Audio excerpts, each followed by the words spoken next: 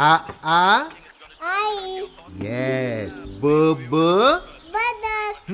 क क कणीदार. ख ख खमंग. ग ग गोकुळतू.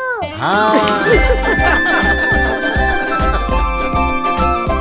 अगदी घरच्यासारखं कणीदार खमंग म्हणजेच गोकुळ तूप.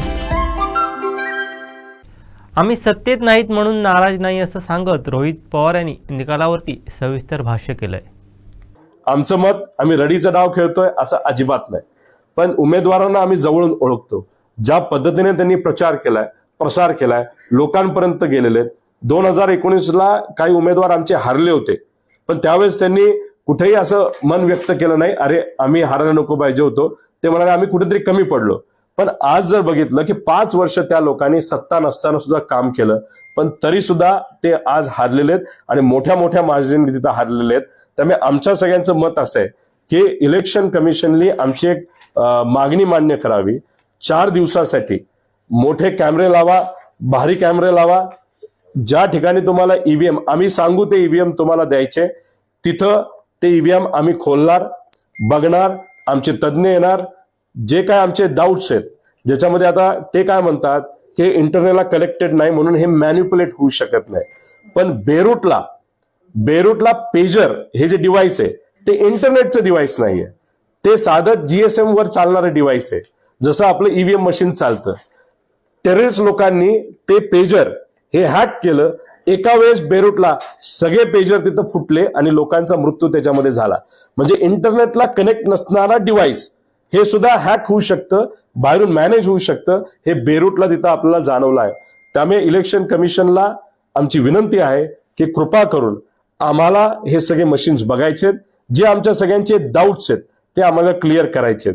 आता ह्याच्यात झालं असं आहे की आता येणाऱ्या महानगरपालिका, जिल्हा परिषद, पंचायत समिती याच्यामध्ये आता लोक म्हणायला लागली की जर अशा पद्धतीने ईव्हीएम हॅक केले जातील, आम्हाला वाटत नव्हतं महायुती एवढ्या मोठ्यापर्यंत 220 पेक्षा जास्त उमेदवार त्यांचे निवडून येतील, 140, 144, 135च्या आसपास ते अडकतील. असं असताना सुद्धा तिथं वन साइडेड इलेक्शन झालेलं आहे. नक्कीच ईव्हीएम मध्ये काहीतरी झालेलं आहे. हे डाऊट लोकशाहीसाठी योग्य नाही. त्यामुळे इलेक्शन कमिशनने ते मशीन आम्हाला देऊन त्याची चिकित्सा, त्याचं इन्व्हेस्टिगेशन, त्याचं पोस्टमॉर्टम हे आमच्या तज्ज्ञांच्या मदतीने कॅमेराच्या खाली मीडियाला सुद्धा तिथं परवानगी द्या. जे जे काय आमचे डाऊट आहेत ते सर्व डाऊट आम्हाला बघायचे, पण मशीन जे आम्ही मागू तेच मशीन आम्हाला तिथं दिले पाहिजे अशी विनंती इथं खरं तर आम्ही देतो.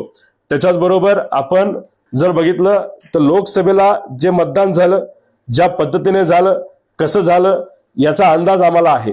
आणि मी मगाशी जी आकडेवारी दाखवली की गेल्या वेळेस जे पार्लमेंटरी इलेक्शन झालं म्हणजे लोकसभेचं आणि जे आत्ता झालं त्याच्यामध्ये मतदानात खूप मोठा फरक नाहीये.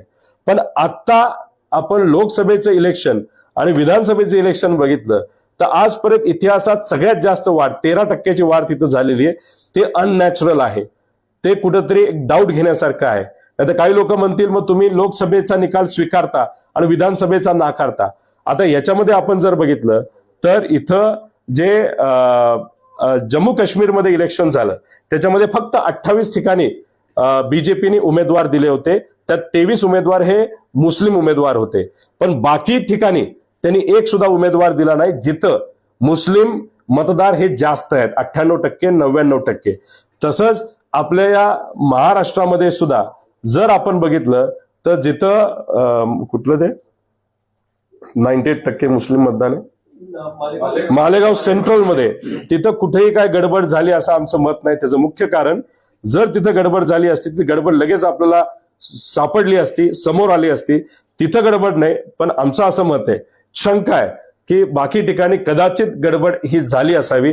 आमचं डाऊट हे येत्या काळामध्ये पुढच्या काही दिवसांमध्ये साफ केलं पाहिजे. आश्चर्य असं की आम्ही सुप्रीम कोर्टात जातो, हायकोर्टात जातो, तेव्हा आमचा एखाद्या निकालसाठी आम्हाला 3-3 वर्ष थांबावं लागतं.